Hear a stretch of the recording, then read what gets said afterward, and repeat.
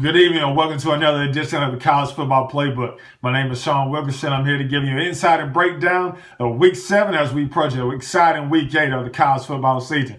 Last weekend, what a great weekend of college football that we saw as we saw a lot of teams in the top 10 take losses. We saw Georgia losing LSU in a great game. We saw Washington lose to a great game out there in Oregon, came down to the wire in overtime. We saw West Virginia lose to Iowa State. We saw Penn State lose to Michigan State. What a great weekend of college football. But in this week, we got a new guys in the top 10.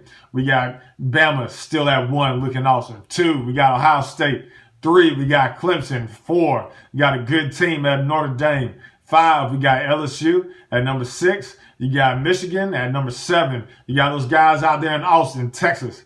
Number 8, you got Georgia. At number 9, you got Oklahoma. And at 10, you got Central Florida. Teams that hurt themselves over the weekend. I would say it's all the teams in the top 10 that took a loss over the weekend, as, championship talks, college football playoff talks, conference championship talks are in the air now. Georgia, they have to get the quarterback situation fixed right now. Justin Fields, I think it's time to see starting reps from the guy. Jake was just off, but I think the offense just blossoms more with Justin Fields back there on the center.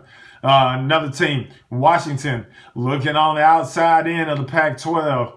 As Oregon's still good out there, Utah's out there, but hey, the Pac-12 is the Pac-12. I think they're the weaker of the conferences, but hey, we shall see. Another team, West Virginia, big time loss out there in the Big 12, as there's no Big 12 championship game. Texas is number 1 out there, but they still got to play West Virginia.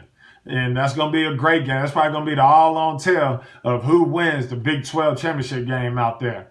Another team that hurt themselves over the weekend, Penn State.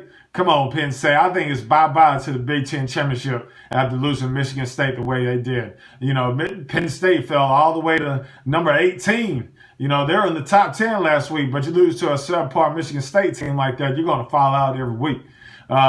Teams that helped themselves over the weekend, I would say definitely LSU. Great win. Great program win for Coach O and those guys down there in Baton Rouge. As still, they're ranked number 3 in the SEC West. They still got Alabama to play, and they still got Texas A&M, which would be 2 great games, which is going to determine a lot out there in the SEC West.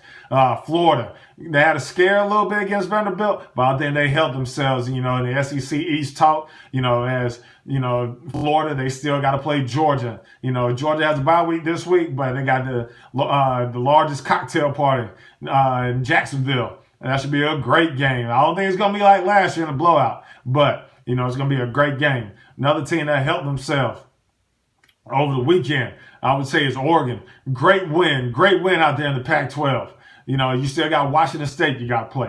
You still got Utah you got to play. So there's still a lot to be played out there in the Pac-12, but like we said, it's college football. One thing that I got to ask last week, will there be a Big 12 team in the college football playoff? Me personally, I think so. I thought it was going to be West Virginia, as they were one of the hottest teams in the nation. Was one of the hottest teams in the nation. It's Texas now. Texas wins out, I think they're in. As my college football playoff rankings go like this, I got Bama at 1. At 2, I got Ohio State and Michigan. Whoever wins that game, then moves on to the Big 10 championship game, which they'll be probably playing Wisconsin, as they do every year. I think whoever comes out of that Ohio State and Michigan game will be in that number 2 spot. Number 3, you got Clemson.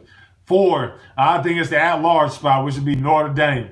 At number 5, you got Texas, which would be part of the New Year's 6. At number 6, though, it's going to be between LSU and Georgia. LSU, you win, you beat Bama, I think you're in the top 4. Georgia, you have to win out and then win the SEC championship game to even think about getting in. But if you would, that's the exciting thing about college football. You never know what's going to happen. But if you would, just leave your comments, and like always, go Dogs.